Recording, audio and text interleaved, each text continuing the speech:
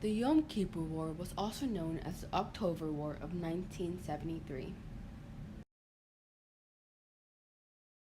This war began on October the 6th, which was the holiest day of prayer and fasting in the Jewish holiday.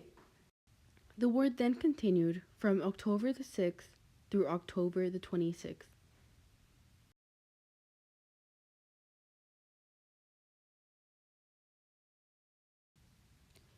The Six-Day War proved to be the long-term cause of the Yom Kippur War because it caused outrage from citizens in Egypt and Syria.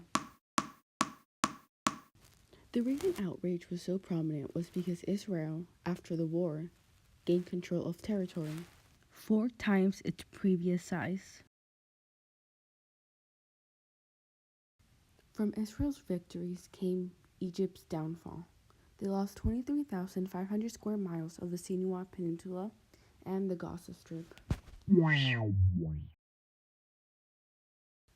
On October the 6th, 1973, both Egypt and Syria made a surprise attack against Israel.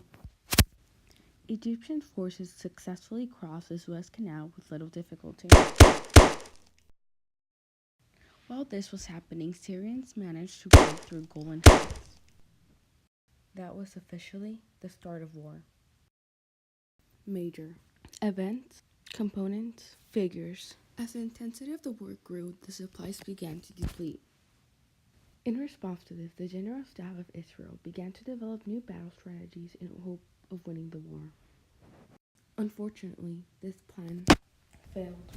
The Prime Minister of Israel, Golda Meir, asked for the United States' help, knowing it was the only way to win the war. At first, the United States did not get involved. They did not think Israel needed the assistance to win the war.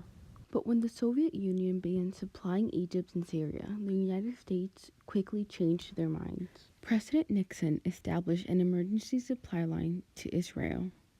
With the supplies from the U.S., Israel managed to partially disassemble the Egypt air defense. They also managed to cross the Suez Canal with Commander Ariel Sharon. As they crossed the Suez Canal, they surrounded the Egyptian Third Army. And also, as they crossed the Suez Canal, in the Golan Front, Israeli troops repulsed the Syrians and advanced to the edge of the Golan Plateau on the road to Damascus. The war officially ended on October the 26th, when the United Nations Security Council called for an immediate end in fighting and adopted Resolutions 338.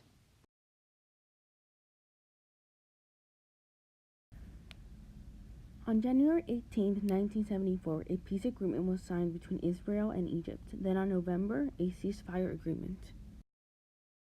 These two documents stated that the Israeli would withdraw into the Sinai west of the Milta and the Gidi passes, and Egypt was to reduce the size of its forces on the east bank of the canal. Also, the UN established a buffer zone between the two armies. On June, the oil embargo was lifted. The long-term consequences of the Yom Kippur War was that it caused the government to fall. This is because the Labour Party was no longer in office. Many leaders were forced to resign, including Prime Minister Golda Meir. Short-term consequences of the Yom Kippur War led directly to the first peace treaty between Israel and Egypt. Egypt also restored some honor for itself. Also, Israel withdrew troops from Sinai. In return, Egypt remained peaceful.